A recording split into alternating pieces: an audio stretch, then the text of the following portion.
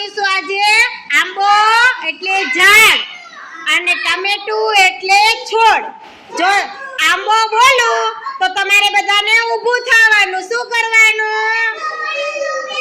અને ટમેટા બોલું તો બેસી જવાનું. એટલે ઝાડ છોડની રમત. કેની રમત? હા, ઝાડ છોડની રમત. તો ચાલો રમશું ને. ચાલો આંબો.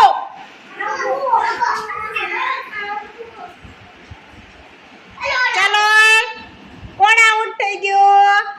જેનિસ વચ્ચે બેસ જા બેટા. જેનિસ વચ્ચે બેસ જા, તું આઉટ થઈ ગયો. ચાલો આઉટ થઈ ગયો. ચાલો ટમેટો. ચાલો બેન આઉટ થઈ ગયા. ચાલો આંબો.